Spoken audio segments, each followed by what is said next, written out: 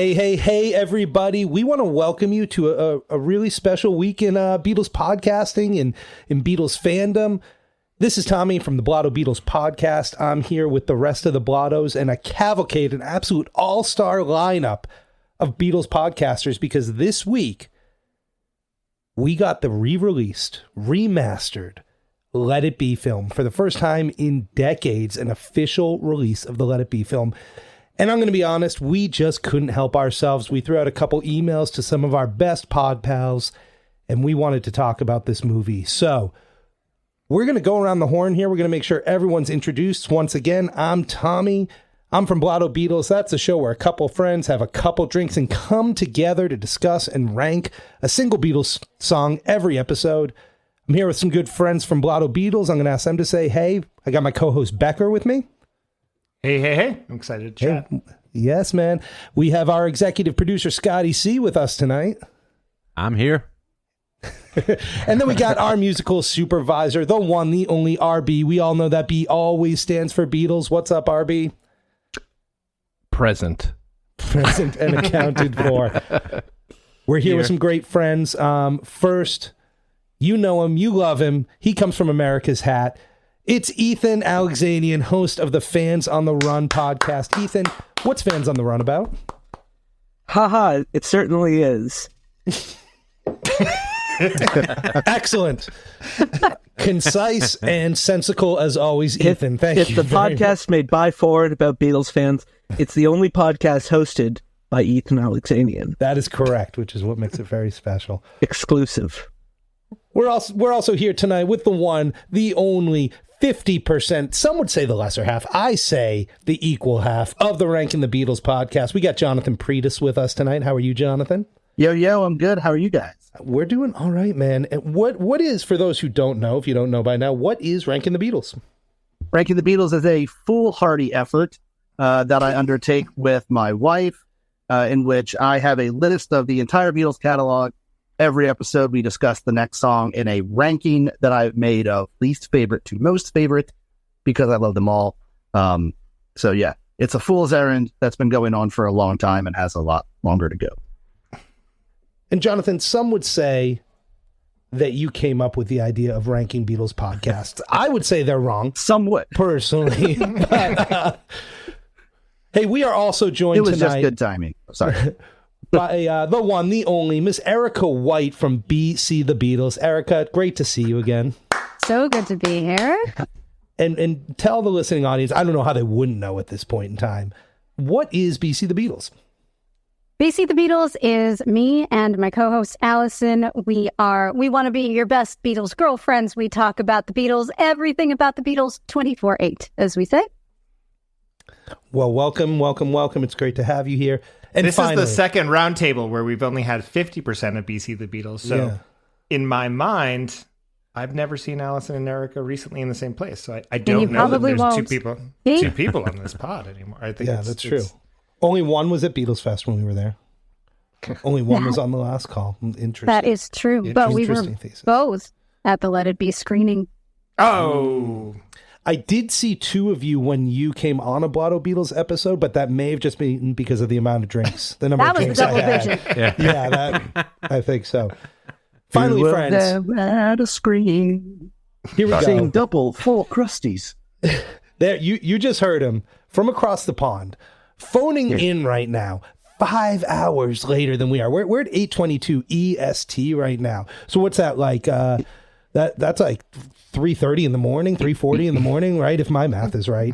We got Sam Wiles from the Paul or Nothing podcast. Sam, your math is not right. No, it's right. That's it, right? It's like a 7-hour, 27-minute difference. If you convert from Fahrenheit to Celsius, you have to do a different formula. Dollar to pounds. Yeah, exactly. That you get a million o'clock over there. Sam, tell us a little bit about your podcast. What is Paul or Nothing? Great to be here. Paul or Nothing. Well, also, I'm always phoning it in. No matter where I am, I'm always phoning in. Paul or Nothing is, like Ethan's show, it's basically my version of a Paul McCartney podcast. I was too afraid to tackle the Beatles like all of you lot, so I thought I'd do Paul's solo career. It's the place to get all of your Paul all of the time, as I always say. Well, thank you, everybody. Thank you, Sam, for being here. Thank you, everyone, for being here, for accepting the invite. We're hoping this episode is going to get up on multiple feeds from these different podcasts. So hopefully if you're being introduced to someone new, you'll go out and check them out. We're allowed to do that? Yes, we're going to give you the original audio. We'll give it to you lossless, Neil Young style. Everyone. I'm gonna. I can listen to it on the bus on my Pono. Yeah, that's right. It fits wonderfully into another bag. I do want to get right into the Let It Be movie, but I have to make a special note because this has been a big week in Beatles history, first of all. That's what we're really going to talk about. But this has been maybe an even bigger week in Beatles podcasting history, my friends. Some of our friends here took part in some very, very important things this weekend. I can think of two right off the top of my head. And if I were to rank them, I would say the second most important is the fact that our dear friends, BC the Beatles, had MLH himself on their podcast this week, Michael Lindsay Hogg, the director of the Let It Be movie. Unreal, yes, Erika. How did that come to be? We know somebody at Apple who is very kind to us, who's a friend of ours, and we ask a lot of unreasonable things, and every once in a while they say yes. And in this case, Michael Lindsay Hogg was available. We got 20 minutes with him. It was a great 20 minutes. I was determined. I wanted to know two things. I wanted to know more about that Tripoli idea, and I needed to know more about the Two of Us movie. I got both of my questions answered. Plus, we talked a little bit about Let It Be, and it was lovely. That's awesome. Yeah. So if you haven't heard it yet, you should check out that most recent episode of BC the Beatles. I think for us, it just dropped today. It'll still be out there for you. I did say it. That I think was the second most important thing that happened in Beatles podcasting this week. I'm going to say the most important thing. None other than our very own Ethan Alexanian was a guest on our very own Jonathan Pretus's Ranking the Beatles podcast. Oh my goodness. Two forces of nature, three forces of nature if you include Julia, which you absolutely should, crashing together. I can't believe the world stands as it did before this. The cream rises to the top. The cream will rise to the top, and sometimes stars collide, and you get a whole new force in the universe, and that's what we have done. It's a red letter day. I mean, I want for the record, Blotto Beatles had Ethan on like 2 years ago, so I'm not sure who's keeping score between the pods. I just started. My DMs are open. I will gladly go on anyone's show. Ethan, don't be so desperate, man. Sorry. Cool. No, I hate Beatles podcasts. Cream of the crop. Maybe in between those two things, like somewhere in the middle of those two sentiments. Be good. I don't want to coach you too much. You're breaking my balls. Hey, everybody, I do think it's time. I really am looking forward to having more of a discussion than sitting in this host chair, but I do want to just maybe go around the horn, and Sam, let's start with you. Like, you've watched the Let It Be movie? Yeah, I get a quick flip before it came on. Yeah, I skimmed it over. And initial reactions at having seen this for the first time, restored and remastered. What initial thought? For the longest time, one of my glib jokes has been, Let It Be is my favourite of the original Beatles movies. It's just a nice contrarian thing to say to spark conversation on a podcast. And that opinion is well and truly dead now, I think. This whole experience to me was a bit like going back to like your old town after you've like moved away for a while, and you come back and it's not as good as you remember. Unfortunately, with hindsight, with the Peter Jackson trilogy that we've had, with the progression of how much we've learned, context surrounding it, yada yada yada, rare, it just doesn't compare anymore. It feels very irrelevant. It feels very thrown together by comparison. Knowing what we know, knowing the gaps that are in this 90-minute film, it was shockingly without narrative for me. It was shockingly aimless. It was a series of random clips thrown together with a few music videos, and then the rooftop concert roll credits, I found it to be jarringly weird and strange. And a couple of days ago, in preparation for this, I went back to Get Back, and that was such a wonderful experience. And I know it's moderate propaganda from Apple to a certain degree. I know it's a little bit of like whitewashing. That's fine. That really is fine. And, we've had Ringo come out, there's no joy in the let it be.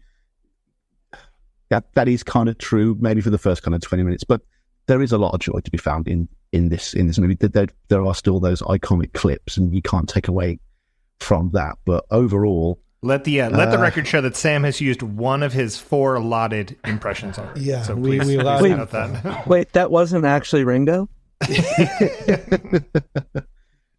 You're throwing me off, Ethan. Don't, please. My elevator pitch, my one line for this, it felt a bit like a student film, especially when compared to like Peter Jackson's work. And as someone who fumbled his way very poorly through a film degree here in the UK and had to sit through dozens of student films, it was like a Vietnam flashback for me. It really was. Wow, Erika, what a way to kick this off. I know, what a way to open, right? We might edit in post. We're going to put you third instead of first when we reassemble this. No, but Erika, what are your thoughts? I mean, you did talk to Michael Lindsay Hogg, and I don't know I did not. I had a very different reaction, I think, to Let It Be. I never liked this period before Get Back, before everything. And I think a lot of it was thanks to the movie Let It Be, or at least the grainy tape of 9, bits and pieces that I saw over time. I'm really not sure I ever saw the entire thing all the way through before this week. And I kind of shied away from the entire period between that, like Alan Klein and, all of the strife, kind of stayed away from it. And I didn't think it was quite as, it wasn't nearly as depressing as I thought it would be. In fact, I thought it was kind of fun. I think a lot of that, though, now is informed by Get Back. I'm filling in the blanks with Get Back. And so it's not as aimless as I can imagine it would be just seeing it without the benefit of the 8 hours of background that Peter Jackson provided. But I quite enjoyed it. I really liked the rooftop concert. I never really thought about just how many different angles we have, how many different camera angles we have, how many different people we were able to see. I think I spent a lot more time watching the audience that I actually watched the Beatles, and I just thought that part of it was fascinating. So I thought it was really fun, and I also really enjoyed talking to Michael Lindsay Hogg, so that doesn't hurt. Did you talk to Michael before you had watched Let It Be? No, the day after. Gotcha. Nice. How about you, RB? I don't even know if you've seen this full film before. Like, what were your thoughts? I had seen it was probably some digital transfer of a terrible source. You know what I mean? It was something on archive.org, I think I originally saw it on. So Wait, are you making archive.org money right now? What is this? Yeah. You're just going to drop? You keep bringing it up. You're always wearing their t-shirt. That's right. Name drop there.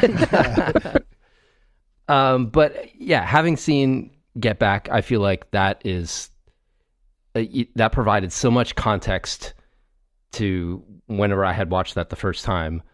I was kind of surprised as I rewatched it, that there are people that are prominently in Get Back that are almost not in this movie. Glenn Johns, I don't think he's in at all. Let It Be at all. Nope. Billy Preston just appears at the organ at one moment, and you're like, wait a minute, there's a whole that's one of my favorite parts of Get Back is when Billy Preston enters and the whole thing magically everything is feeling better, and they George got none vibes, there's man. none of that Good is in there. Mal makes a couple appearances in it, George Martin as well, but I was surprised that those folks were barely in it. I liked that they opened the movie with the interview to kind of set it up, because it gave Michael Lindsay Hogg a chance to kind of it gave the two directors like a little bit of back and forth, which was fun to see.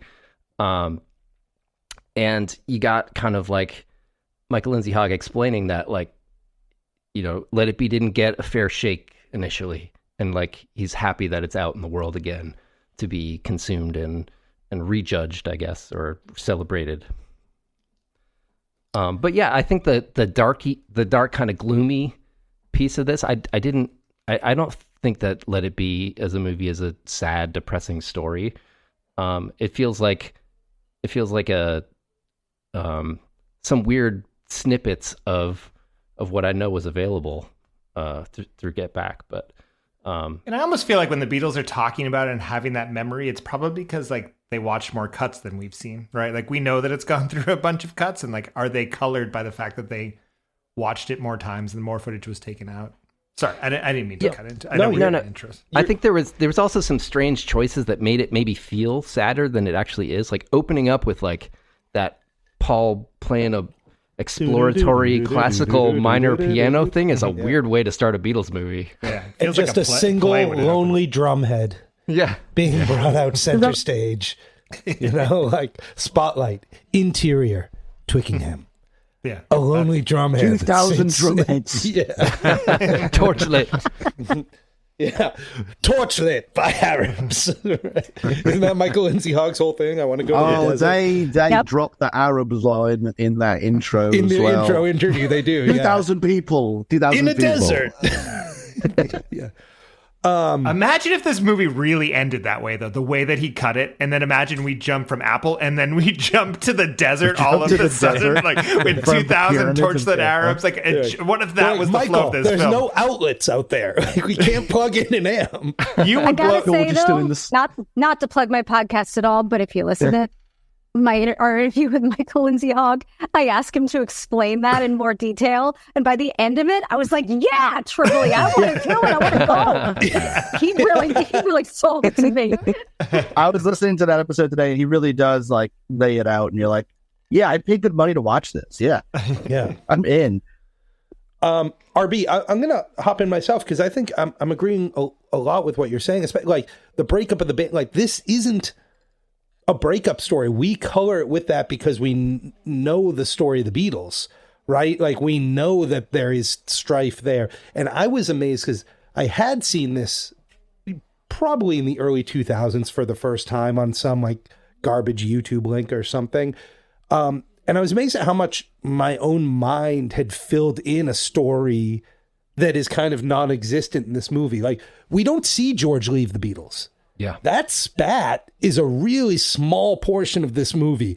And if you don't know that story, it just kind of looks like two friends disagreeing for 30 seconds and then they totally move on. I like, actually, a bigger part where I'm like, wow, this guy might not like this guy is when Paul is talking to John about like what the band should do and how they should create movies. And John is sitting with his hand on his cheek like, can this guy just shut up, please? Like, that is one of the best scenes in the movie. Oh my God, it's amazing. I have that as you said, RB, doesn't introduce Billy at all. He's just there. Like, we don't even get the song Get Back until we're on the rooftop.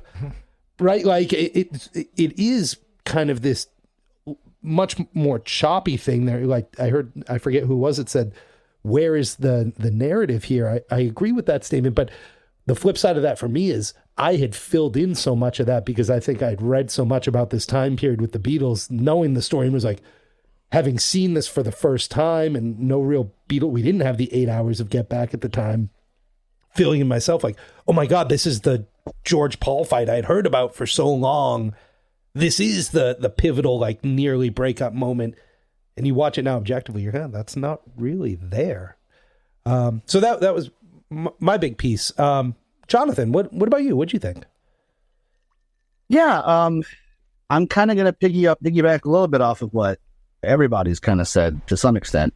I agree, RB, what you were saying about the way it starts with that classical piece, which I did a little digging on. It's called Adagio for Strings, and it is by Samuel Barber, and it is generally regarded as one of the saddest compositions of all time, which is a really weird way to start a documentary. Kind of like y'all, we've been ranked the saddest Beatles podcast of all time, so I know what it feels like. With a Wikipedia level knowledge, yes, badge of honor. Sadder every day. Yeah, I'd seen it.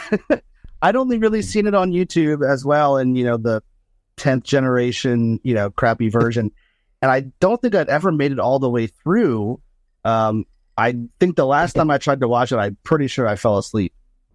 Just because, and this was kind of a feeling I had during this version as well. It just jumps around so much. It's kind of hard to connect with what's happening at any given time. And maybe it's, maybe I'm not a cinephile. I don't appreciate the fly on the wall look as much as others do, or cinema concrete or whatever you want to call it. But it just kind of left me going well, wait, why are we moving again? Everything's changing constantly. So that's a weird choice to make, but also I'm not a film buff, so maybe I just don't connect with that kind of filmmaking. But that aside, I think it looks fantastic. I almost think I like the way it looks better than Get Back, which at times can kind of err on the side of that AI weirdness. Maybe Paul has a sixth finger at some point, and it just looks very computer generated. This still looked modern and fresh and clean, but looked like film. It looked good to me. It was aesthetically pleasing at all times. So I really enjoyed that. I thought it sounded good.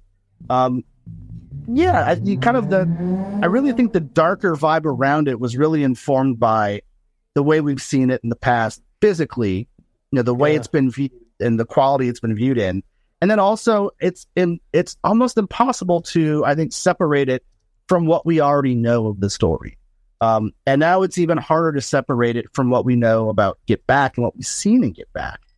There was a moment when the film ended, I was like, did Yoko have more than 10 seconds of cumulative screen time in this film? No. Because for all the talk about you can tell and let it be, she's breaking up the band. She's not in the movie hardly at all. Yeah. Which I found really, really interesting. You get way more time of Heather McCartney, which I thought was adorable. I thought those scenes are great. But nothing of Linda. So where did she come from? Nothing of Linda. Yeah.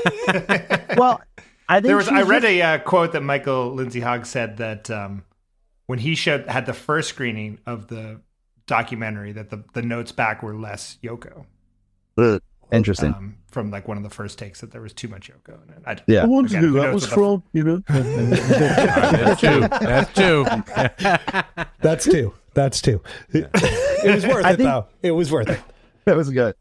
I think maybe the other place where kind of the down vibe comes from is, and I don't necessarily know that it is, maybe this isn't his vibe at all times, but Ringo just kind of seems exhausted and checked out and kind of either partied out or just not engaged for a lot lot of it. He's not he's even there doing the job. He farted. Yeah, right. We get no fart. Yeah, we don't get a single Ringo fart. You barely even get that much dialogue from him after the Octopus's Garden part. I feel like he's very quiet. I love that. It's fantastic. But there are moments also of the joy that we didn't think really existed in there. I'd never noticed there's a bit during the rooftop concert where I guess, and maybe it's during Dig a Pony or something. I can't remember. But George drops to his knees in front of John and does a rock thing, and then John does kind of the thing with his guitar. And I was like, I've never noticed that. There's Mr. Dower getting down and having fun and taking the piss out of it. There you go. So yeah, I did enjoy it. Even though it's not necessarily my favorite film of theirs. I feel like it's the kind of thing I would put on in the background to have something on just to do other stuff. More so than sit down to intentionally watch it. Because just the way it's put together, doesn't super hold my interest in the way that I watch documentary. But I'm glad it's out. I think it should be available. I think it should be part of the canon, and I'm glad it's got its place back. That's a really interesting take, because I'm just thinking myself, if Get Back didn't exist, I think I would want to watch this more than other Beatles films. I'd want to watch it more than Hard Day's Night and more than Help. We'd be so excited that this was coming out with that, what we just went through with Get Back, you know? Yeah. But for the listener at home, I want everyone to know that both Jonathan and Ethan are almost like they're fighting each other's pompadours right now. Like, I think they're saying who can be closer to God right now. Like Jonathan's rocking a big pomp. Ethan had one going, but he's now primped up. So, anyways, sorry. RB just out pumped everyone. You got RB looks like Erika's coming in. There we go. Going for the beehive. All right. She wins. RB was rocking the what was Bill Murray's character in Kingpin? Oh yeah. It was Bill. He's always Bill Murray. He's always Bill Murray. I can't remember. Ernie McCracken. Yes. Ernie McCracken. Scotty C, I'm wondering what your initial thoughts were. You've never seen this movie in its entirety, right? No, same. Never got through it. Maybe saw clips on YouTube, crappy. Yeah. And watched Get Back, loved it, took it all in, got in that world day by day, documentary style. It like clearly showed you what was happening and where it was coming from and where it was going.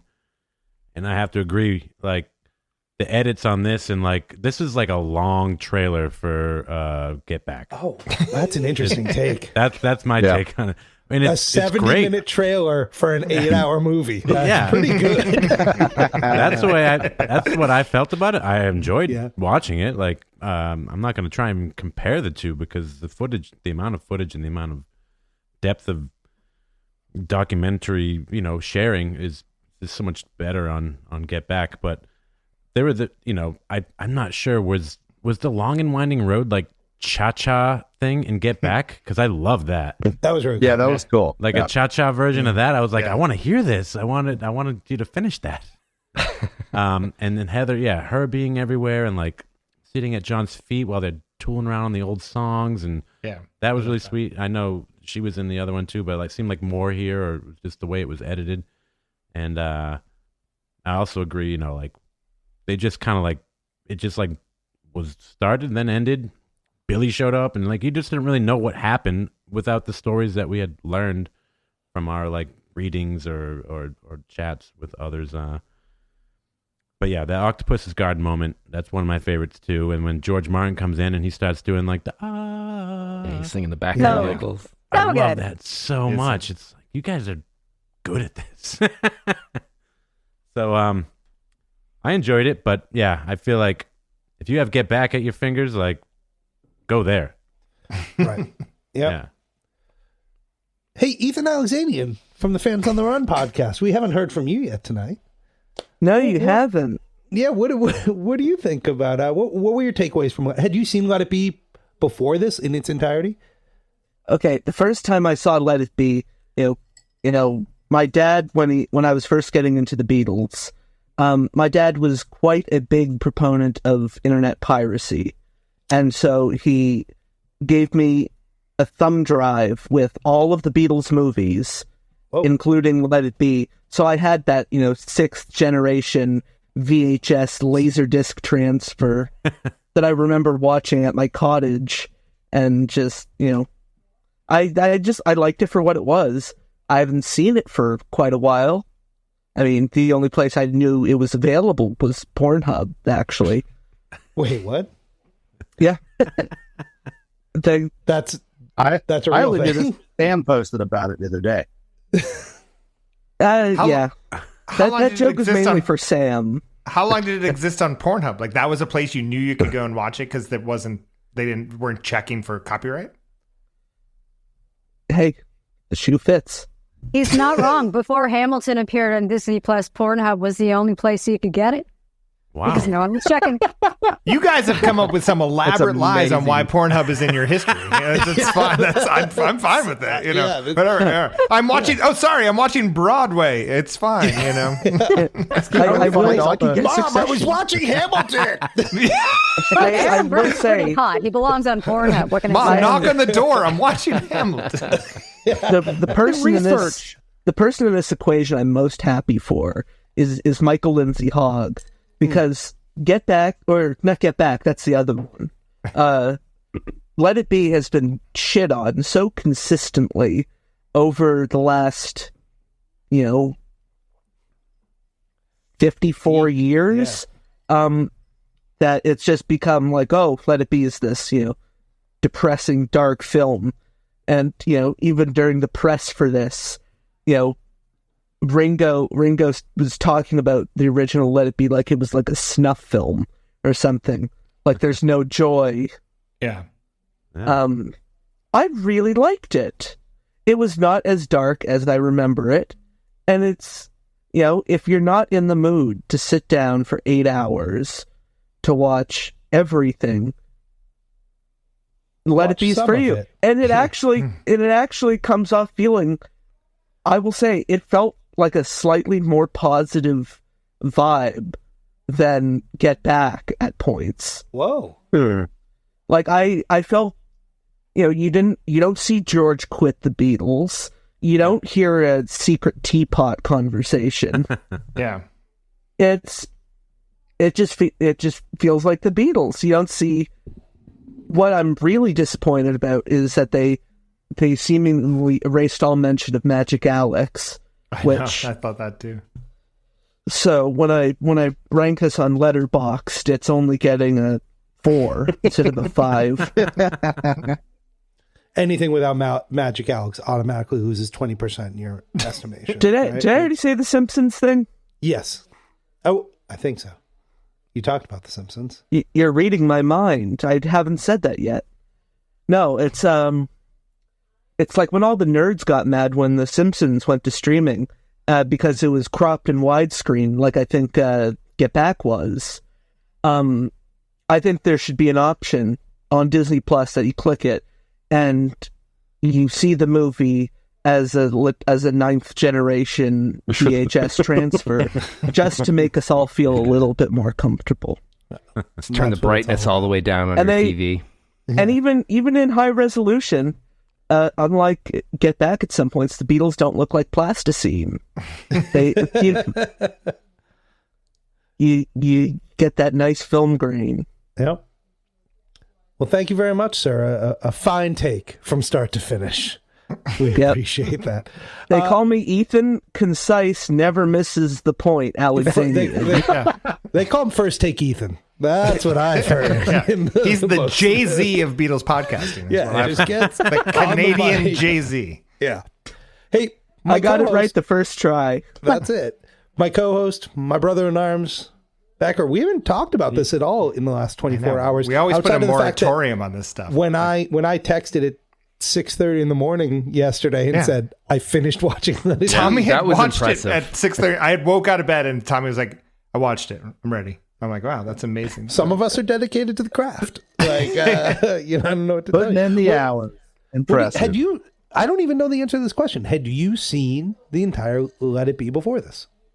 I had not. I had trouble sort of watching it on all of the formats that were available. I didn't find it that interesting to get the little snippets. I didn't like the low quality of it. So I think like what people were talking about, I'd seen snippets of it and was not super excited about it. I'd actually read more about it, right? Like every Beatles book sort of covers this stuff. But for me, I felt like it was sort of like it's like an art house midnight movie that just happens to have the Beatles, you know? Like I love these sort of 60s fly on the wall documentaries. Like I love Don't Look Back, the Dylan doc. And so it has some of that aspect. I love I wish that I had seen this probably in a movie theater. I think that I would have felt better. Like it feels cinematic. What everyone was saying about the color and feeling on this, like the Beatles still felt like big in this movie where almost the way that they feel in Get Back is the color correction is almost like iPhone equality or something. Like it looks like they're your friends or something. I don't know.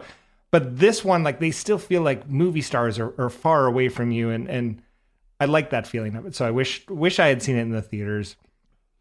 I feel like Michael Lindsay Hogg had to make a decision where he was like, do I lead with music or do I lead with sort of the in chat or in fighting or in conversation? And maybe it wasn't up for him to know that like the Kardashian of the world was going to happen and that we wanted all of this interplay. And that's what we are desiring now as fans, is like, oh, we want the flower pot conversation and all of this stuff. Like, maybe that wasn't so important at the time. Maybe Michael Lindsay Hogg was sitting down and saying like, God damn, I have them doing songs and I have music, and that's what's important about the Beatles.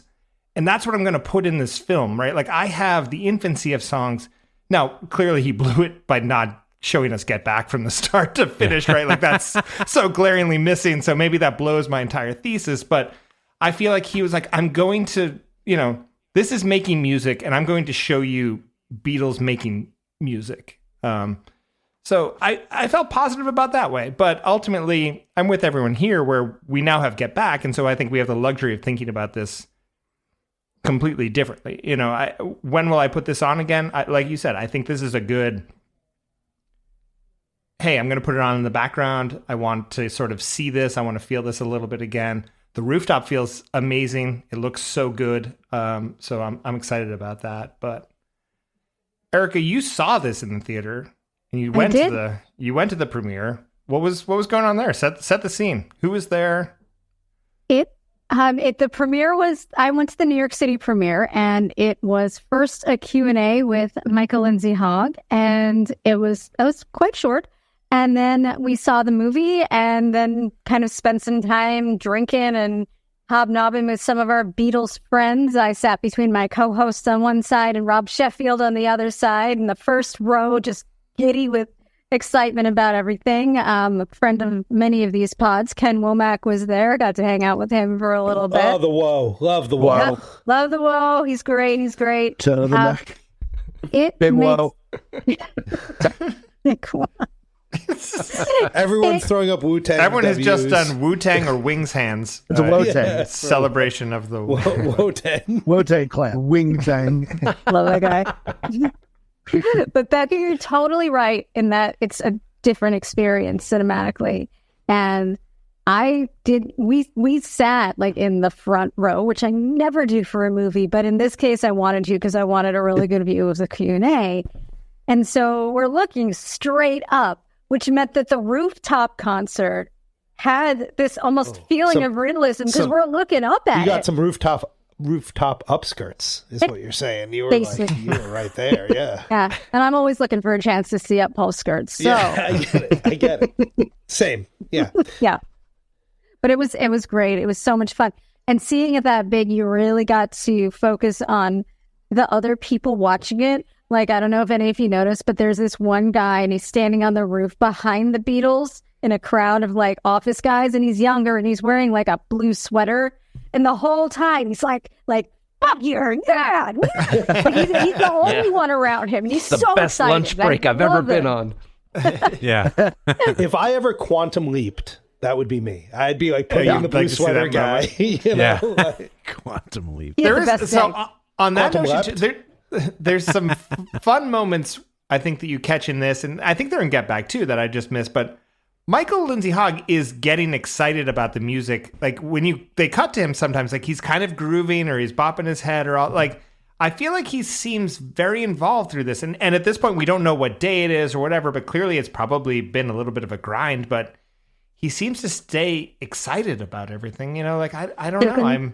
I'm just very happy that his vision has come to life. I'm not as Sam Wiles about it, I guess. I think they did Michael Lindsay Hogg kind of dirty in Get Back, honestly. Yeah. They made him look a bit like a tool. Always should this have come out? Should this have come out first? I don't think it should have come out first. I really think that Get Back did so much work in forming Let It Be after 50 years of all of us being primed to think it was horrible. And I don't think that putting it out in this brilliant color would really have helped if we didn't see the backstory. Yeah. It almost reminds me of like, I don't know if you guys are as basic as I was during the pandemic, but I watched The Office all the time. I had it on like, constantly. The UK Office, yeah? The UK Office.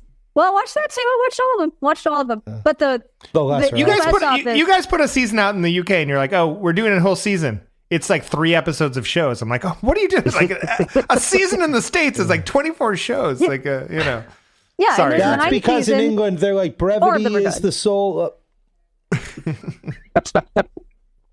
Yeah, but anyway, my point was to not just illustrate how basic I was, but there was a point when Peacock came out as a network, and what they did was they gave us these extended cuts of the U.S. Office, and this almost reminded me of that. Like, I'm seeing this familiar stuff that, I saw from Get Back, but it's enhanced. It's different. It's a little augmented. We're seeing it from a different perspective. They keep saying that there's not a single frame of footage that both Get Back and Let It Be actually share. So we're seeing this the same. I don't believe that totally, but I think they're saying like camera angles. Maybe we're just seeing it from a different camera because they had like 6 or 7 different cameras around at all times. Yeah. So they're kind of splitting hairs when they say that. Yeah, fair. I felt like some of the interviews on the street were reused, but that's also probably like a one camera shot type thing. Those seemed like familiar because I just watched that Get Back episode the day before. Yeah, like the guy's like, you might as well get something for free in this country. Yeah. I just don't understand why. I love these. We up for mine now. Ethan just it's funny, down Erika, that bottle of you mentioned TV. You're right, he did. Ethan, it's funny, Erika. No, sorry. Go ahead, Sam. Erika, it's funny that you should mention TV because to me, this has a bit of an air. Like, say if in the future they go, right, technology is powerful enough that we can recreate Kit Harington and all the actors from Game of Thrones, and we're going to redo the last season through the power of the MAL software. Peter Jackson's going to redo the final season of Game of Thrones and make it good. And they do it, and they make it good. They take all the original footage and somehow make it work. And then Disney Plus comes out and they re-release the original season 5 or season 8 or 7, whatever the final season of Game of Thrones was, and they've remastered it. And everyone's supposed to go, oh yeah, it was good originally. I feel like the wool has kind of been lifted from my eyes just a little bit here. I mean, I don't mean to like completely shit on Michael Lindsay Hogg. I know I'm being a little bit acerbic. And, your opinion's your opinion. Go ahead. A little bit jokey. Plus, he never answered my emails. So anyway, you had your chance, Hogmeister. You had your chance. So anyway, the Hogmeister General. That is the official title. I don't know. There's a sense that I have no need for this anymore. It's totally superfluous. You know that awful Paul McCartnney album where it's the like selections? Yeah, I know all of them. All the best. No, not all the best. His live 1989 tour had a Tripping big the Live. Tripping the Live, fantastic. I hate that and there name. was like, that name and there was so much. there was like a selections album of it where it had like 10 of the, this feels like Get Back the selections. It's The like budget. when Budget Bruce version. Springsteen released Tracks, and then he released like one album of the best of Tracks, and you're like, no, just buy Tracks. Get the Tracks. Yeah. It's my song for buying Bruce I think- Springsteen's Tracks. When you were talking about being a film student and all of that, I think we just have to think about this so differently. Like the world as it exists now, for Peter Jackson to take all of this footage and digitize it and sort it out and be able to sort of work all these narratives and improve the audio and everything is so different than what Michael Lindsay Hogg had available to him, where he's like probably hand cutting film and looking at it back. Like it's just such a different process, and it was so manual and handheld. Great point. And how is he supposed, like, it's this, right? Like if you've shot film or shot movies or anything like this, you go home and you suddenly realize you have all of this footage and you have to watch it, and you have to watch it in real time to understand what to do with it. And it becomes crazy. Like it's very hard to deal with. So it's the same thing I said in the upfront, but like it's probably a little easier to go back and be like, all right, let's focus on the music. I know we have some good takes of this and that. So I feel like he almost like burdened himself to be like, oh man, I shot the Beatles for 30 something days, for 16-hour days, whatever it was. He shot the Beatles? Are they okay? No. Too soon. Oh shit! Oh no! Oh, we like to have fun on this program. Ethan, you want to retake that? So everyone, we have Ethan Alexanian from Fans on the Run podcast. Ethan, did you like the Let It Be film? Yeah. Hey, I think we should maybe talk about favorite moments, or something that did stick out to us. I forgot how much I love that You Really Got a Hold on Me cover. Oh, yeah. Yeah. That they doing this. Yeah. And I remember when good. Get Back, that drew me to that song. When I first saw this in the early 2000s, I was like, holy shit, that's a great song. And I went back and listened to the Beatles recording of it, and I was like, and that's an okay version of something that is actually really great on this album. And obviously the Smokey Robinson version's amazing.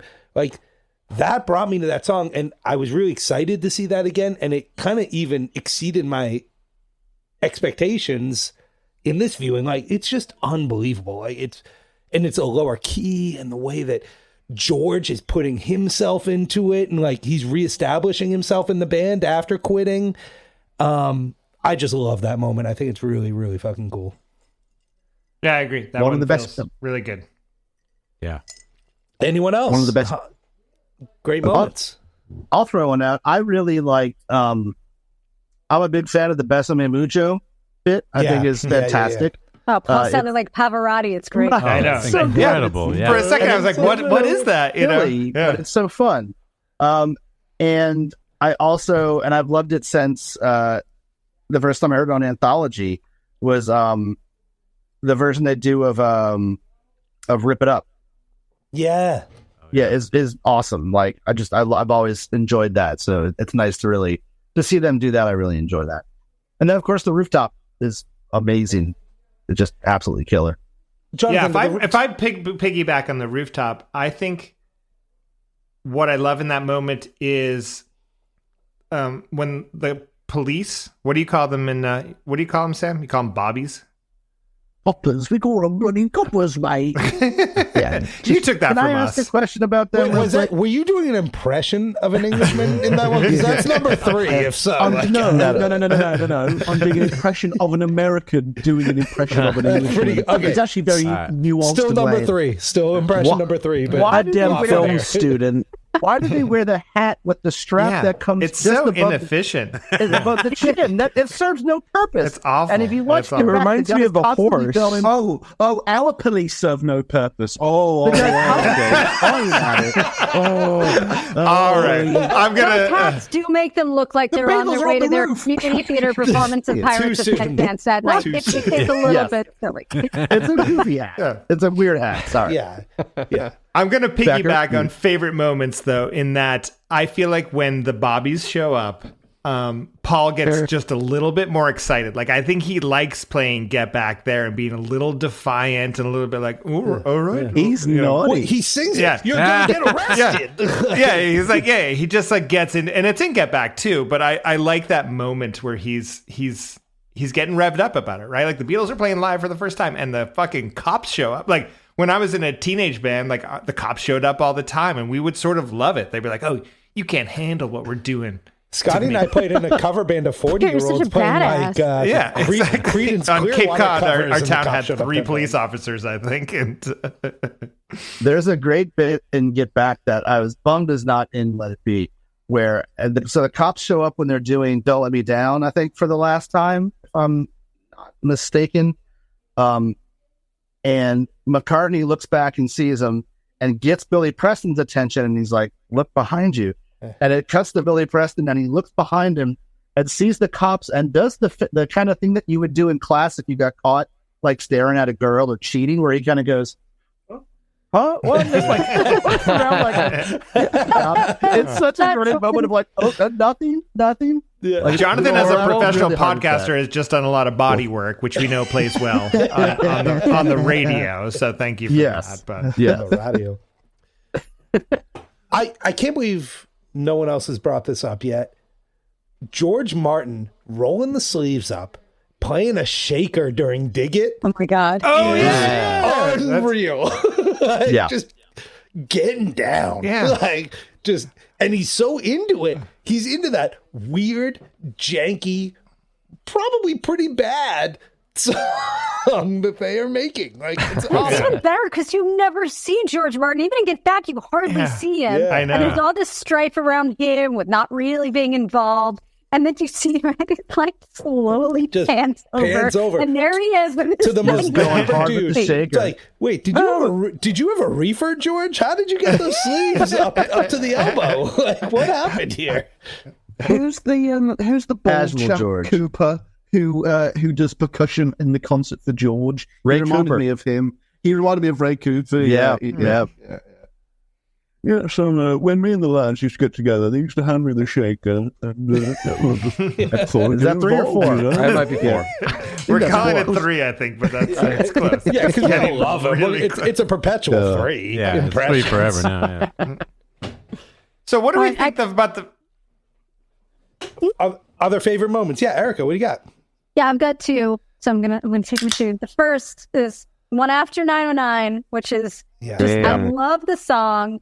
It always freaked me out when I was a kid and I didn't really understand time. And Beatles time is so weird that, that they're singing a song. Like, how do they even remember what they sang in 1963? Because it looks like it's like 45 years between, when you're 8 years old, between like Let It Be and, 1963. And they're having such a good time and they're just brought back to their youth. And it's such a lovely moment when they're doing it up on the rooftop. And then my second, I'm just going to stand Michael Lindsay Hogg right now. During the rooftop scene, when the police start coming and the amps get plugged in and unplugged and all this, and the drama starts happening, if you watch him, it's so fascinating because you're watching him in real time. He's like, oh, okay, shit, something's going down. And he's like trying to like figure out like what's going on and how to organize it. And it's interesting to see somebody reacting to something like that in real time. The only time he's ever going to have this experience is right then, and they capture him, and it's great. I thought it was interesting in that moment because now we know they have the footage of the engineering room with George Martin and Glyn Johns, and they also have the footage of the lobby, and he chose to use none of it, right? Like he's just focused. It's just an interesting artistic the best decision. part of the lobby. Right, it's like the cops rolling in and them lying and like creating this narrative about like Kevin and what's the secretary's name? Secretary's name? I can't remember her name. And, Chris but O'Dell? watching, and like no, it's not Chris O'Dell. It's I don't remember, but it's not Chris O'Dell. But watching her and Jimmy the doorman like basically run interference for 10, 15 minutes is like one of my favorite parts of Get Back, and not even mentioned in Let It Be. That's where like is. You chose to put these cameras in different locations that get used in this future project, and then you chose to disregard them in your final cut. It's just it was an interesting artistic decision to me anyway. Not to mention he built a secret trap door with a camera and died. Right, exactly. Yeah, you spent an hour throwing some cardboard up and you still don't use that camera footage at all? Come on, man. Anyone else? I love that bit where George Martin comes in and sees it and recognizes the box and Get Back, and he's like, yeah, okay. I know you. Clever. Ethan, favorite moments? In Let It Be? Yes. No, in film history. Life, love. Yeah. Today, in your day in your life. I wonder if when they were making the film Stop Making Sense, they noticed there's a bit of a parallel. It starts with someone walking. And then, but the difference is he puts out a drum head instead of like, I have a tape to play for you. No, it's not going to play. Yeah. Because this is radio. No one saw this. I just downed a whole bottle of something. So I thought this was the drinking show. It is. When we hang out with you, though, stop trying to make me articulate. I'm drinking. You're always drinking. I think we're all drinking. You're always drinking very bright colored beverages. I don't know what you guys have in Canada. They're always blue or red. He's drinking. Sam looks like he's holding up a bottle of cologne that he's drinking. I think. That's real Jaguar. Ethan's drinking all dress beer. It's like the chips. They put all the seasonings in there. That's how it works. Exactly. No. My favorite bit was also One After 909. Yeah, I do like that when that comes out. Oh, yeah. It's so good. There's a funny thing here that... What's the name of that song they did about the octopus? I've never quite figured that out. The one about a garden that has octopuses in it? That one. Yeah, I don't remember. I thought it was called like sweet. Botanical octopods, I think. Like that sounds like a Yes album. Botanical octopods. But like we look at the end of the Get Back movie, and I don't mean to keep coming back and saying like it was better, it was better, it was better. But when they are listening back in the mixing room, and they're toe tapping to One After 909 and smoking cigarettes, and everyone's got giant grins on their faces, and their girlfriends and wives are there, and they're all bobbing their heads, and like knowing that they just made a barn burner. Like this song sounds hot, like it is great. You're like, you're just missing that final piece. One thought I've had is as we're talking here, it's interesting to me, and I don't know that it even deserves reaction or comment. The original Glenn Johns album that is never released is called Get Back. It is trashed and ends up being released by Phil Spector as Let It Be, the album, right? And is a pretty, I would say is a better album than Get Back. The original movie is called Let It Be, the opposite, right?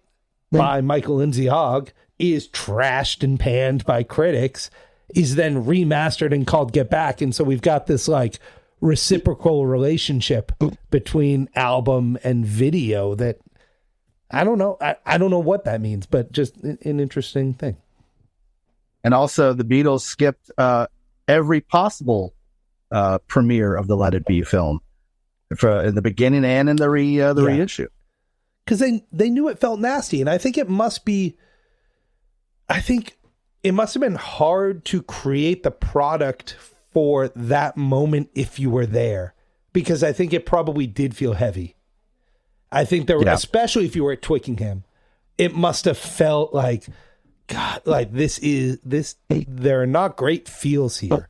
And then you get to Abbey Road, and I said it earlier, like George says, the vibes are better, but so for Glenn Johns and for MLH, I think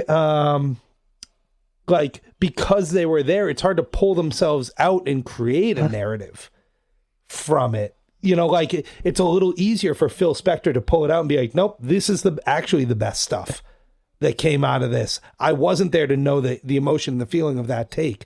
And it's a little easier. I'm not going to say easier for Phil Jackson after he created the triangle offense to do. The guy's done a lot. I'm just going to say the guy's done a lot, but it's Zen master. It's easier for him in an objective sense to pick the best feeling footage because you weren't in the room at that moment.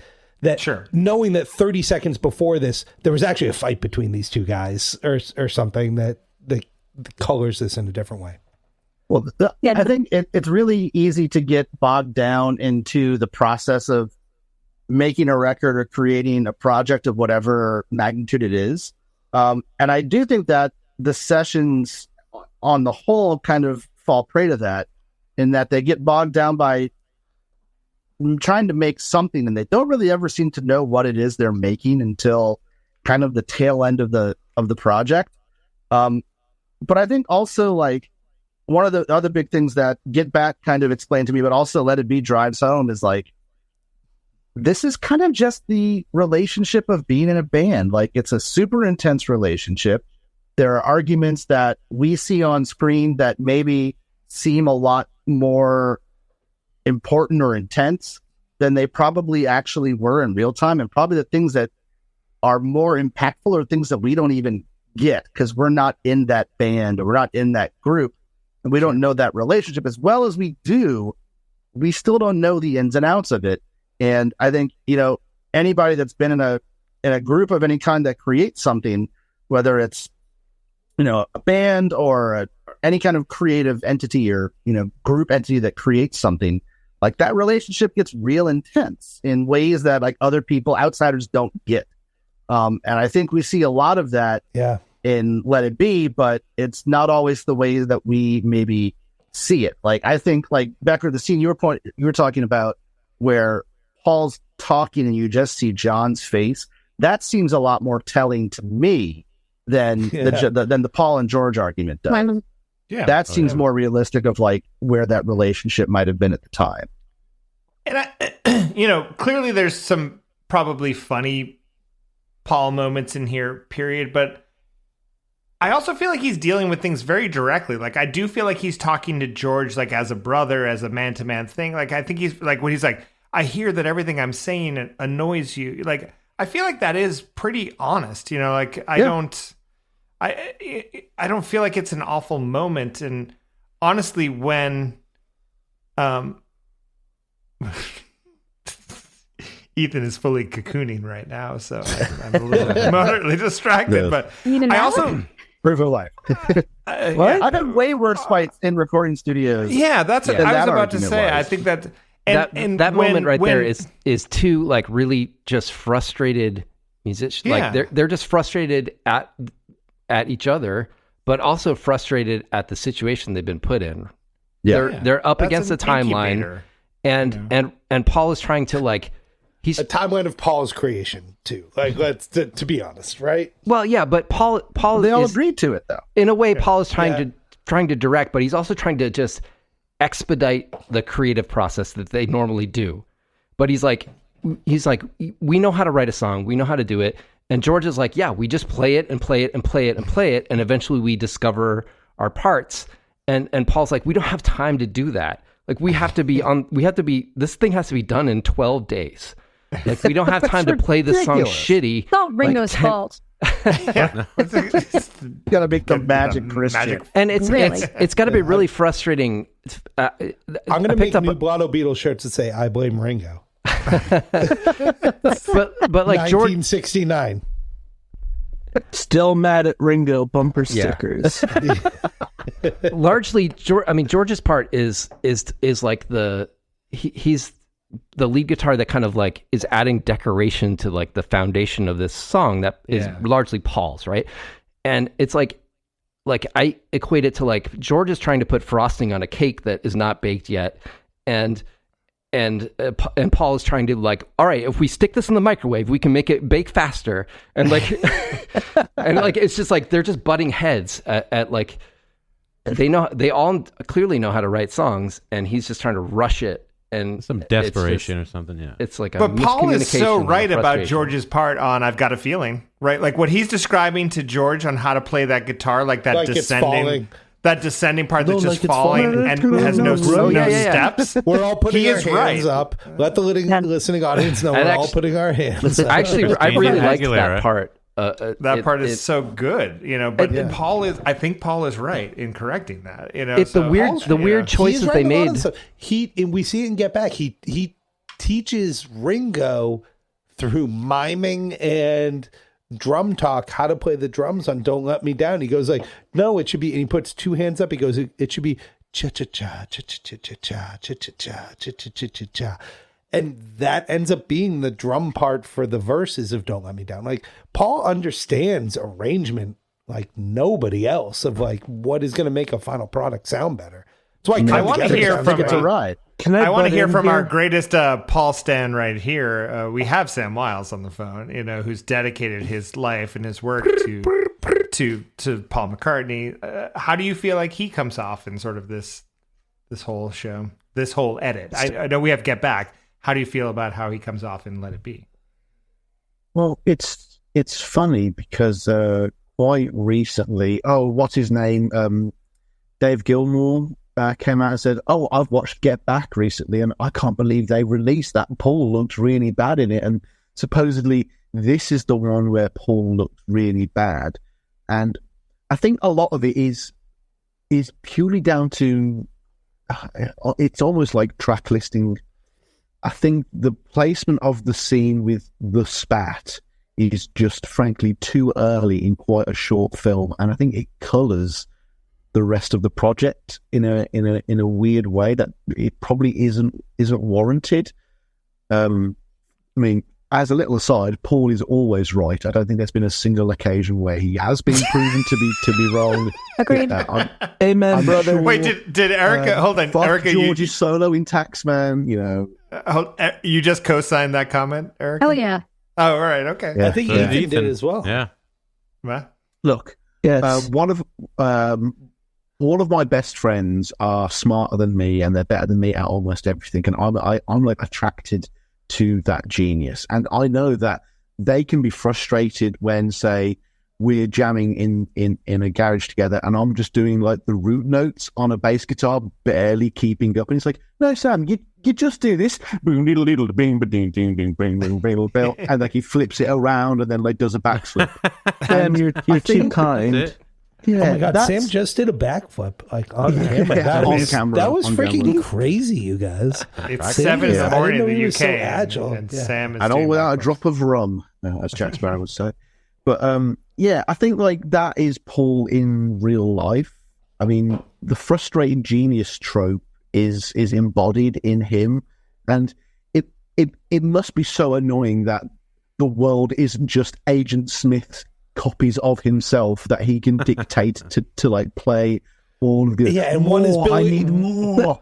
And one is Billy Joel, and you're like, ugh, boy, what have I wrought? You're like Frankenstein. What have I wrought? No. To go back to Ethan Simpson's reference earlier, that would be more like when Homer gets cloned, and then they pan across a wide shot, and Peter Griffin is in there. There's just one that stands. That clone's not too good. Yeah, I was reading. Okay. Okay. I think building on what Sam just said, like Paul McCartney is, he's an absolute genius. To me, he's like, that scene in Get Back that we didn't see in Let It Be. I mean, it's like watching Mozart write Così fan tutte or something. It's incredible. And I think there's kind of an energy mismatch at this time in the Beatles. Paul has a real, like Tracy Flick or Hermione Granger sort of energy right now. And the other people do not have that. Yeah. And so Paul is trying hard to get everybody up to his level of energy, commitment, and natural genius here. And George, it's Leviosa. There's a bunch of say scenes. It however you want if it pleases you. Yeah. There's a bunch of scenes where they're playing and Paul is the only one standing up and everybody else is sitting down and he's like doing this and everybody else is just. I just want to be clear. We're doing Harry Potter. Is that what happened? I mean, I don't like. Here's what like. So Harry Potter is he's a boy witch who has a pig, right? Like I'm trying to, I try, right? Like his pig is named Hogwarts, and he they go on journeys together. Is that what happens? Yeah, they go on journeys to find some kind of ring in the middle of the earth, I think. Yeah, okay. The real philosopher's stone is the friends we made along the way. Well, that's profound. All right. See, all I could think I of saw now it on is... Twitter today, I think, or X. Maybe you guys call it X. Oh, I eat. Maybe you call it X.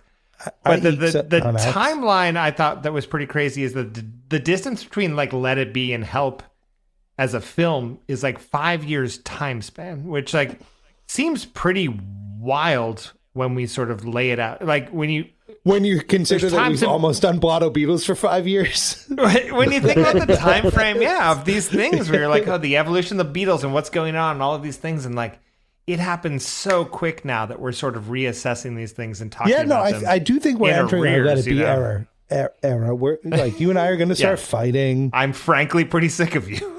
And it's I feel like tonight, you're going to start talking to me, and I'm just going to look at you. I'm going to look past you, John, longingly. Like,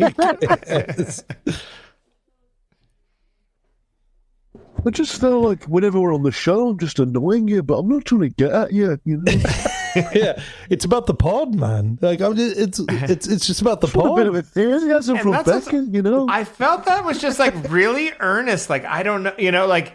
I thought it was two people just talking to each other eye to eye. Like I give Paul a ton of credit in this just to sort of be like putting his feelings out there and be like, I feel this, but like, what do you want from me? And George isn't giving him anything back. John isn't giving anything back. Like you're saying, John is sort of very eye rolly at that moment. And we just have the Paul back of head shot but you know, like you're saying, he's here and he's orchestrating this and he's pushing it forward and his all the, mismatch of energy. I thought Erika is like my favorite. That's my favorite comment tonight. Like, I think that's so accurate of what you're saying. You know, he's here and he has this vibe for it and he's putting it forward, you know. And I honestly, I feel like probably like Ringo has more of that energy in Get Back. We're seeing sort of a little bit of that coming back. Like he's not so sleepy in Get Back, maybe, you know, like he's showing up first, maybe at some of the things, like he's there and he's ready, you know. Well, and I think Paul is the one who's like actively choosing to put his energy into the Beatles basket. Like he's at a point where like he can't stop creating.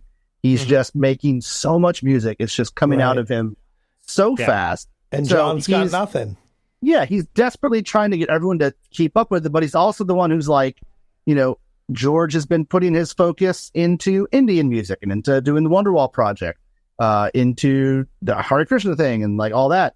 John's been focusing on Yoko and doing Plastic Ono stuff and doing more art things. And heroin. At least we forget. But Paul's like, the Beatles are his outlet. That's the route he still chooses to put his art into. And I think he's looking around kind of going like, where is everybody? Like, come on, please. Like, what are we doing here, guys? He Paul is such a genius. He has time to make Let It Be and impregnate Linda. He can do it all. He can do it all at the same time. With that hair and that beard, of course he's impregnating Linda. You can impregnate me with that hair and beard. You don't even have to do anything. 50 years. Eat it up, baby. Eat it. I turned to Julia and I was like, this makes me regret cutting my hair off. Like, God, that dude is just so good looking there. Jesus Christ.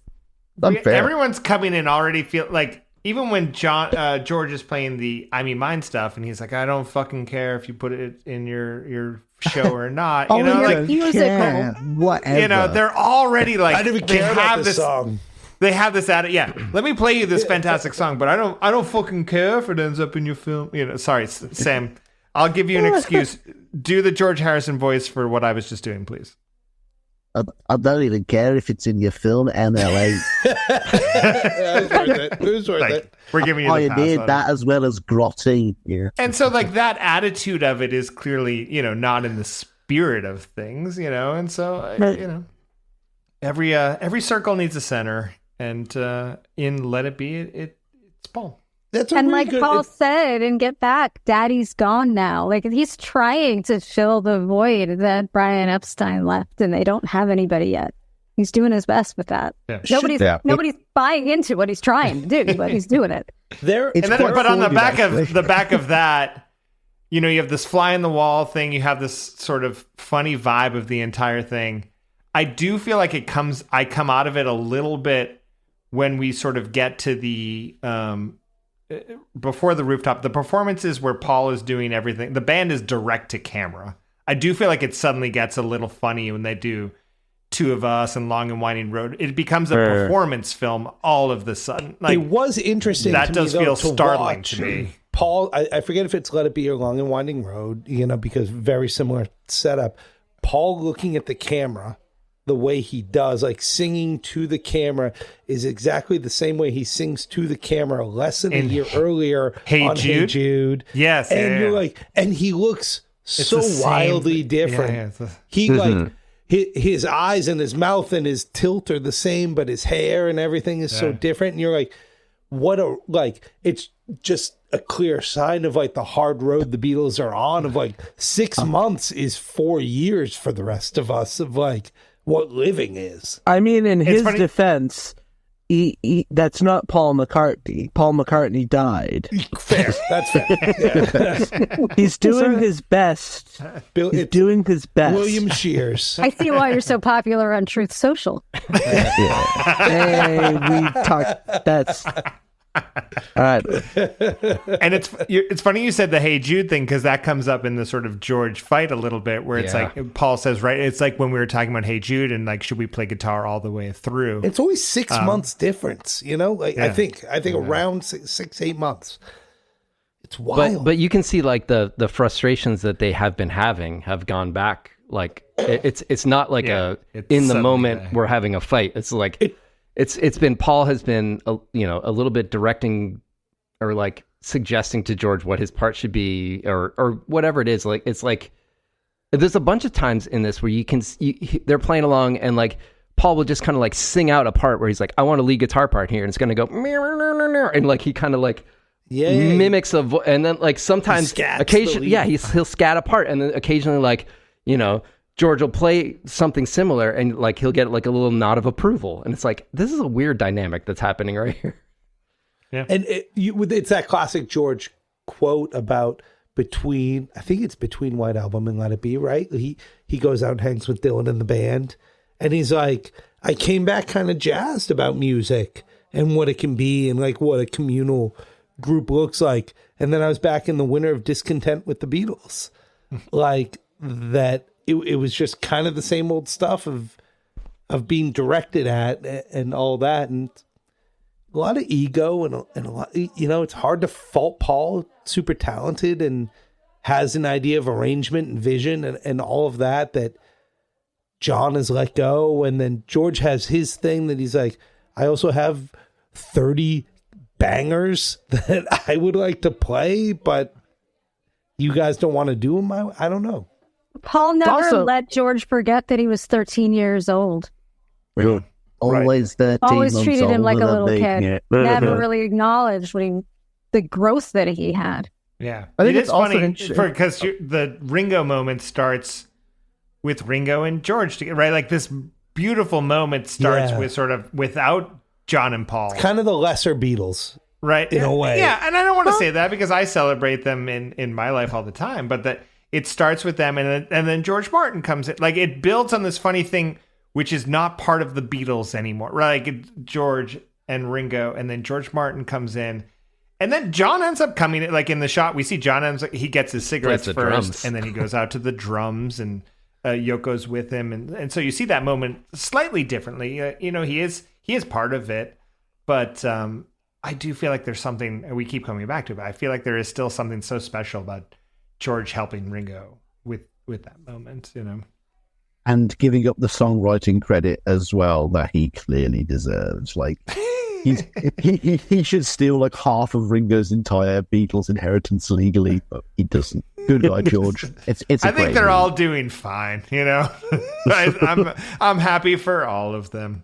You want to see what we own 0.5% of? Usually, I think it's also interesting that kind of from the get-go, George, as they're feeling these way through these songs, George is attempting way more lead guitar than he normally has done in any song in the Beatles catalog. Like, usually he's kind of just playing, stabs of chords and then little licks here and there, and maybe he does a hook.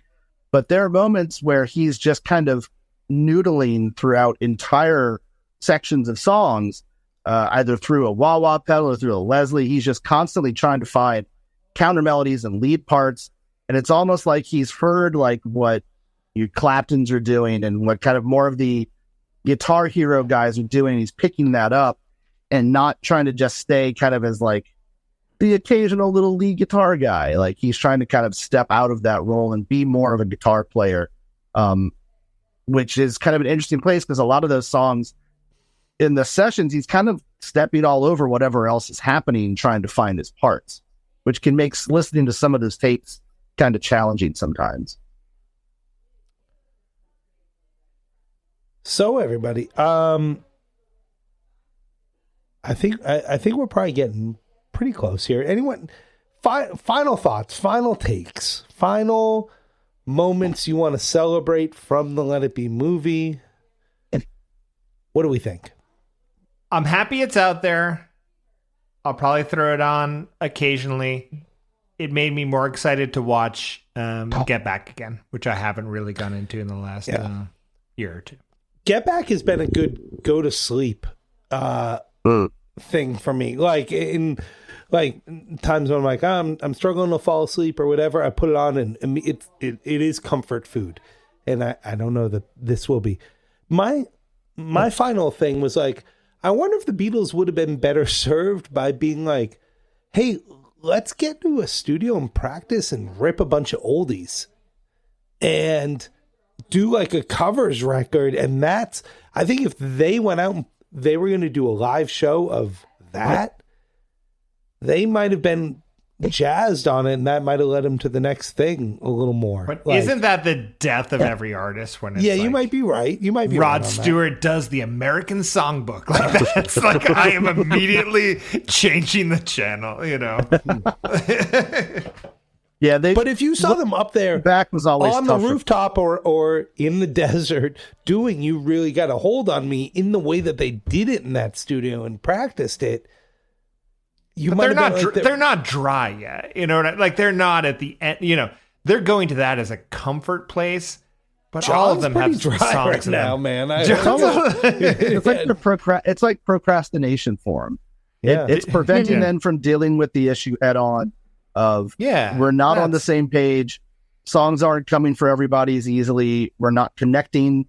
Let's just play Buddy Holly tape. I think a bit of that was. I think a bit of that was also Did it bother introducing. anyone else that the John Lennon Across the Universe, when they were very close up on the mic, that it had a hair on it?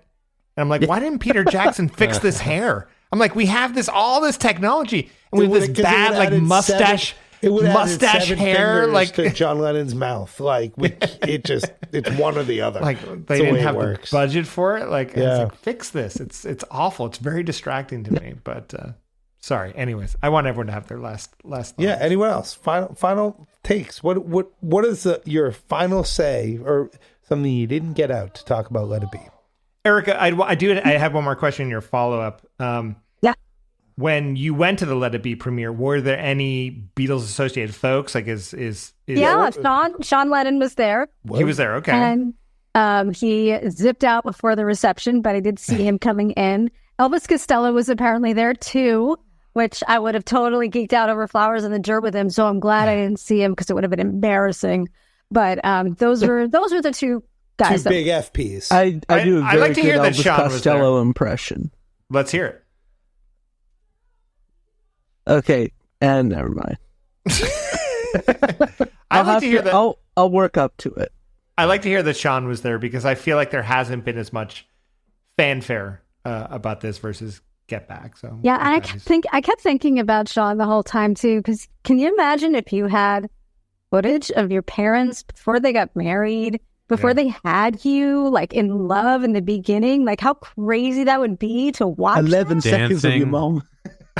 Well, okay. Yeah, very much. And everyone hates those 11 seconds. Those are the worst 11 seconds of the movie. But them dancing, that is the most beautiful thing when they're doing the waltz, when they're doing that waltz to I Me Mine, because John doesn't want to play guitar in the song. That's beautiful. Anyone else? They swapped out the song on the end credits, right? They play a version of Oh Darlin' that I think is on Anthology 3 on the credits outro. I thought it used to end with the same instrumental it started with. Am I wrong in that? I don't remember, but I thought that was different too, though. We'll have to check Pornhub. Yeah, please refer to Pornhub. There's only one way to find it. At the very, very end of the credits, there's this little quote from John that I think is funny that they just stuck it on there. Is it's like, okay, let's do it again, actually, because I nearly forgot it. You know, and it's like I felt like that, like kind of like getting notes and stuff for this. I was like, oh, all right, it's over. I kind of forgot everything that just happened. Let's just start it again. All right, last thoughts. I'll say that I think I'm really glad that between this and Get Back that we've had this time to redefine this period, because I think the fact that not only was it released after Let It Be, but it was really one of the only Beatles projects where there was such a lag in editing. Beatles things happened in the moment. And if you think about, they had just done the White Album, they had just done Hey Jude. In this, they are fighting, there are, the beginnings of the things that are going to lead to the divorce, not even the beginnings, but probably the middles. But you look at the Rooftop concert, they're on a high that leads to them going back to the studio and doing fucking Abbey Road. Like, they are not, musically at least, at this point of total... I'm not done, we're not done. They're done at all. And I think that it's important to remember that this isn't the end. This is kind of...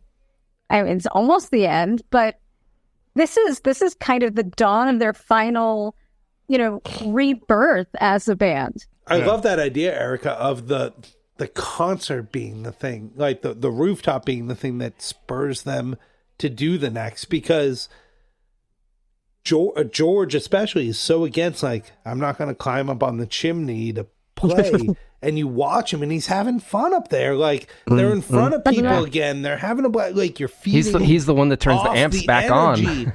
And you understand, especially after Japan, as I heard from our friends Jonathan and Ethan, why they removed themselves from touring. At that point. And then they're like, but it's also really cool to play in front of people. Like, we actually kind of killed that. We played songs okay in a studio that we crushed live in front of a studio audience. Like, and isn't that amazing. the Paul argument when he's talking to John? Yes, in the it film, is. Right, where he's saying, like, we're uncomfortable and then we need to get comfortable. And, he knows how talented they are, and he knows if they're put up to the line and the pressure, they're gonna step up to the plate, right? Not to use a sports reference, especially today when the Celtics are losing, Jonathan.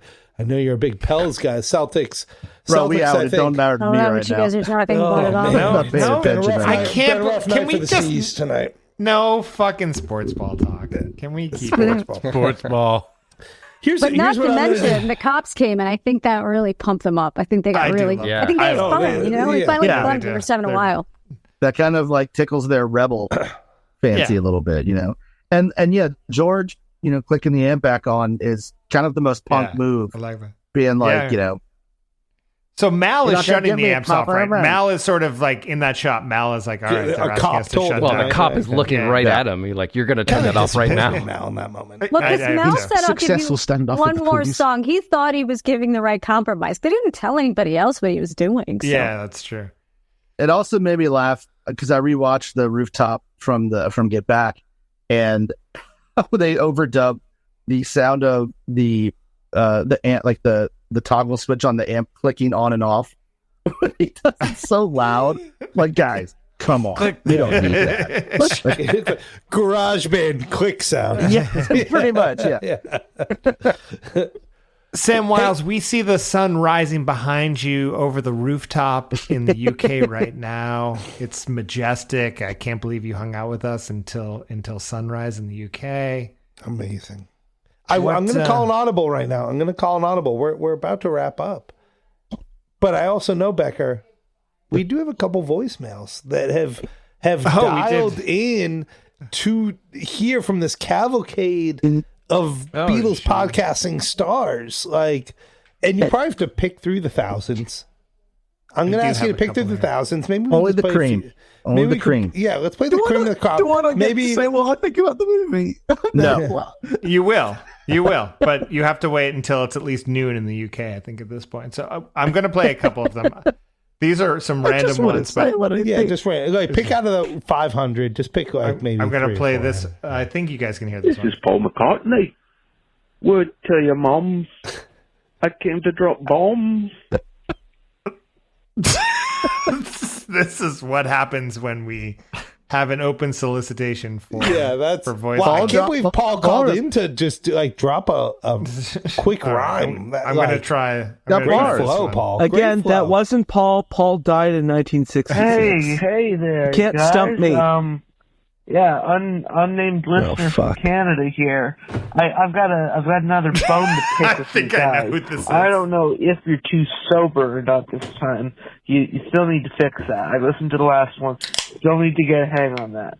But why in the hell do you keep having that stupid fans on the dumb? That's what I call it. Fans on the dumb guy. Ethan Alexanian on your show. He's not good, frankly. He's terrible. He has no idea what he's talking about. He's a hack. He's a fraud. He's a jabroni. You should just kick him off. Never invite him back. Becker, shut this off. Cut him off. Ship him out. He's ho, Becker. He's ho on this guy. Sandman. Bring out the Sandman. Get him out of here. Crumbles. Yeah, get off my phone, as Tom Shelby would say. I will say that I'm not sure who that listener is, but yeah, I guess we'll never know. Wildly disagree. Ethan, you're a treasure and a joy every day that you come on our podcast. I don't know who would say that about you. I can't believe this is the version of your podcast where we're all not wildly drunk. Speak for yourself, Erika. I learned my limits after that first time. He's been slamming Mike's Hard Lemonades for the last 2.5 hours. Ethan did call in recently and heckle us for Canada, not being. They're calling Mike's Hard Lemon A. Ethan did call in and heckle us for not being drunk enough on the show recently, and I actually took it to heart. I did. And our next episode, seltzer, and our next episode. I say at face value. Our next episode of Blotto Beatles, I brought it. I brought it hard for you. So we did. I also got this text. I'm going to read it out. I thought this was voicemail, but I got some feedback. This listener did not leave their name, but they said I thought it was a little boring, which is so strange because I rarely feel bored about the Beatles. Lack of contextualization and choppiness, skipping from day to day drove me crazy. I think Paul got a bad edit. I thought the video quality seemed subpar compared to Get Back, but I've since learned Michael Lindsay Hogg asked Peter Jackson for this feeling. So, okay. I didn't know that. Yeah. I think he did ask for minimal intervention. Make it a little retro. And despite all this, thank you, Michael Lindsay Hogg, for capturing all the amazing footage. Yeah, and I wish your vision for a concert in Tripoli had come true. So, did Michael Lindsay Hogg comment that? This is thank you, Michael Lindsay Hogg. That's from MLH at AOL. That's from at MLH 69420. Yeah. That's a good. But yeah, I think that's a really guy. actually nice sentiment that I would, before I gave Sam Wiles any sort of last comments, that's a nice sentiment to say, like, we should be celebrating the fact that this footage was even remotely Michael made the footage happen. Like, whatever we think, he was under constraints of a final product that, like, was it for TV? Was it a movie? What, like, doesn't know what he's necessarily I thought I was making a concert film with a little bit of stuff ahead of time is how he comes into it. But to film 60 hours of footage, it seems like... And film 60 hours of footage, and then, like, at the end of the day, is like, God, I gotta make something out of this. And, like, and artistically, he had to get probably a little money. An entity that was breaking up to agree on, like, what was, it's like me trying to release my Christmas footage from 6th grade while my parents were divorcing, Erika, you're absolutely right. Like, in Get Back, he is made to look the fool a little bit, right? And, like, but respect to the guy, because make him look like the fool. He's the one that's saying, set up every camera in this place. Had he had the autonomy to make an 8 to 10 hour documentary, I think he would have made something pretty brilliant. Like, it wasn't an option. Yeah, and you got to remember, this is now reality television. Like, those guys who filmed Survivor, they know exactly how to do it. Nobody was doing this. Right. Yeah, that's... All right, let's Sam Wiles, it's the master Sam Wiles, of the evening. Sam Wiles, it's now noon in London. Time to drink. Down. Yeah. Last thoughts. It's funny how we're talking about this movie like some sort of person in the friend zone. Like, I'm just glad I'm glad it's there. I'm glad they're available when I want them at my own convenience. But it's not a main priority. The main priority is this 3-part documentary over here. Are you saying Let It Be is a side piece? Yeah. Let It Be is a backdoor man, 100%. This is probably the biggest cinematic release for what is essentially a DVD bonus feature that we are ever going to see. Like, imagine if the Maximum Firepower documentary for Aliens had a HD remaster on Disney Plus and a cinematic release at the same time for some reason, and that is what you have here. Much respect to Michael Lindsay Hogg, as clearly has been detailed here earlier. He did have a bad rap, but also I don't accept excuses here in this organization. We do not tolerate failure here, Mr. Bond. And then that's when Michael and Lindsay Hogg slides back into the pit full of sharks with laser beams on their head. There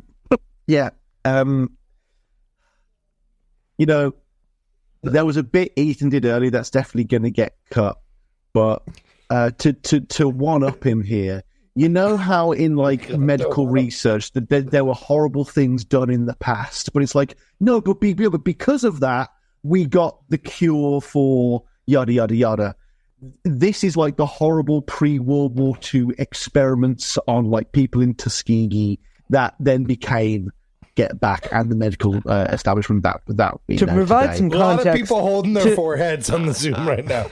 A lot of people holding their foreheads. To elaborate on Sam Wilde's points. Erika's covering her mouth.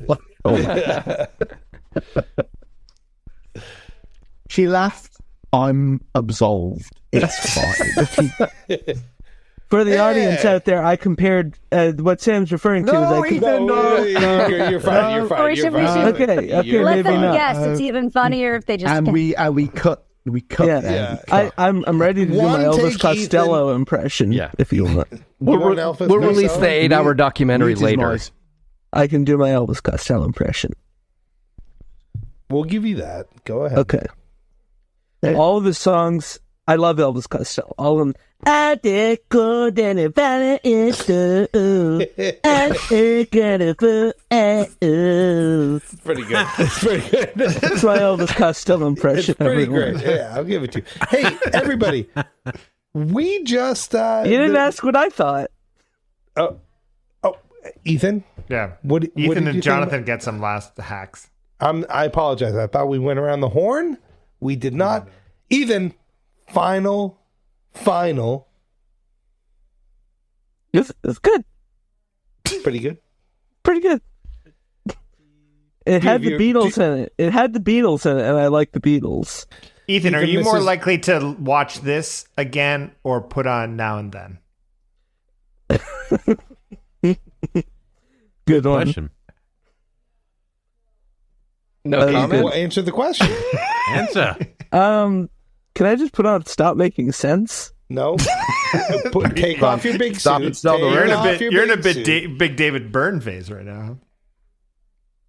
Hey, how did I get here? This is in my beautiful house. Psychedelic RGB. What sort of lighting do you have going on in your space? Oh, Are you yeah. a rave? Yeah, about 20 minutes ago, I thought it'd be really funny if I put on like a flashing RGB light that the audience won't see. Yeah. But I was hoping it would bring joy to my panelists. I went to the Blotto text immediately, and if we ever hear a ding, ding, ding, ding, it was like, what's up with Ethan's lighting? Ethan, did you like? Have you guys? What is that? The John Lennon thing just came out? It's John Lennon. It's like a light. Do you guys know what I'm talking about? It's some sort of therapy. Oh yeah. Illuminate. Yeah, Luminate app, yeah, and they did. It's cool, man. I did they it. Flashed light in your face to what Lennon song is it? Why can't I remember? It's all these kind of. Oh, is that the Mind Games thing? Yeah, it's Mind Games. It's like this kind of esoteric remixes of Mind Games and the melody from Mind Games. And the premise of the app is you put the phone really close to your eyes, and it flashes the strobe in different patterns, which create different images in your, I guess, so to speak, mind's eye. It's really interesting, and they're meant to cause different sensations of calm, different meditative kind of states. And I've done it with a non-mind games setting that they have, and one of the mind games ones. It's really neat. Like, I'd say try it. It's cool. Isn't that what they did to Alex in A Clockwork Orange? Well, except for the eyes. I can't. It's neat though. I recommend it if you're interested in meditation. It's something that's really interesting. So I enjoyed it. I would do it again. But shockingly, I digress. Jonathan, last takes. Yeah. I'm glad it's out. I'm very glad it's out. It's something that I think is part of the overall context and overall conversation. It needed to be out there with everything else. I hope it's part of an ongoing plan to put all the Beatles cinema collection in one central location.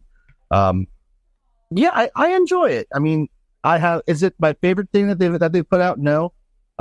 But it doesn't have to be. It's something that's, another piece of the puzzle of this story that we all love enough to have podcasts for. So yeah, I'm glad it's out. I look forward to seeing how it ages and how it kind of finds its place in the conversation 60 years later, or whatever it is, however many years. I love it. Everyone feel good? Yeah. Yeah. I feel great. And I think it's probably time to wrap up. My clock says we're an hour and 49 minutes into this this recording session. So we're gonna hit the stop button in a minute, and we're gonna go around the horn. We're gonna say our podcast. We're gonna say where you can find us, and anything else you want to say. This is Tommy. We are Blotto Beatles. You can hit us up on all those socials at Blotto Beatles. That's where you can find us ranking every Beatles song from best to worst. We're also going to sing those karaoke songs. If I'm going to say one more thing tonight, here's what I'm going to say. Rest in peace, Steve Albini. Oh, yeah. The really famed producer we just found out died 2 days ago. Had a hand in so much stuff I love. I'm kind of shocked and blown away that this guy's gone at 61 years old. And I don't know what else to say. Jonathan, talk to us about ranking the Beatles. Yes, if you want to find more people ranking every single Beatles song, you can do it over at rankingthebeatles.com or anywhere you get your podcasts. You can also follow us on Facebook and Instagram at Ranking the Beatles, and on Twitter at Ranking Beatles, and join in the conversation. It's a whole lot of fun. Thank you so much. Ethan Alexanian, where can people find you? Canada. Did it for me. I host Fans on the Run. You can find it where you get podcasts. You can find it on social media where there's social media. I'm not, contrary to popular belief, I'm not on Truth Social. All right. Sorry, Rogan fans. Peace and love. One love. Bob Marley. All right. Sam Wiles, where can people find that Paul or Nothing podcast? It's now 5:00 p.m. in the UK, and Sam has been with us for approximately 14 hours. We've been doing this for 47 hours. Time zones correctly. He's grown a beard in the time he's been on here. And shaved it into a goatee. He looks like evil Mirror Universe Sam with that goatee. Like Ben Affleck in Chasing Amy. No, I feel like I look like Tony Sting. It's like that scene. You know what? It's like that scene in Star Trek. Everyone, he still looks super handsome. It's like that scene in Star Trek Deep Space Nine. Podcasting. Look at this guy. Sam, talk to us about Paul or Nothing. Paul or Nothing is the best place to get all of your Paul all of the time, especially if you like hosts more attractive than the two legs guys. That's all I'm saying. And where can they find you on the social? Is that true? What about on the socials? Because it's not at Paul or Nothing. It's at Paul McCartney Pod, at Paul McCartney Podcast. Type in also Mac It in Your Attic on YouTube as well for my sister show, there are new episodes coming out as well. Why do I have to do this work for you? Like, why do I have to prime the pump for you? Like, you should be... And are you willing, Sam, to... Leave me alone. Sam, are you willing to tell the people tonight that you're coming to Beatles Fest New York 2025? Because that's where people want to see you. I'm definitely coming to Beatles Fest Liverpool 2024. No, I will promise this. Liverpool. We're gonna move on here. What? We're gonna move on, and we're talking to one of our favorites, maybe our absolute favorite. It's Erika White from BC the Beatles. Where can people find you, Erika? Well, you can find us everywhere now. We're on Facebook, Twitter, YouTube. I'm trying to do the TikTok, but it's so much work. But we are at BC the Beatles everywhere. Catch our interview with Michael Lindsay Hogg. And, Sam, I want a little Mecca in my attic. That's a great name. That's all I can say about that. It was stolen. It was stolen from A Word in Your Attic, from a Word in Your Ear podcast. Sorry, everyone. Sorry. It was stolen. The best ideas are stolen. Great steal. It's a great steal. Hey, everybody. Here's what we're going to say. We're going to say, go watch that Let It Be movie on Disney, the Plus, right? Disney Plus. Go watch that. If you have the time and you like Let It Be, go watch Get Back, the 8-hour version, the 8-hour journey that takes you through the Beatles kind of second to last era, and go listen to the Beatles, because we all love the Beatles. We talk about this stuff pretty much every week, every other week. You can find us. We have 3 words for you as we leave. Those 3 words are peace, and love.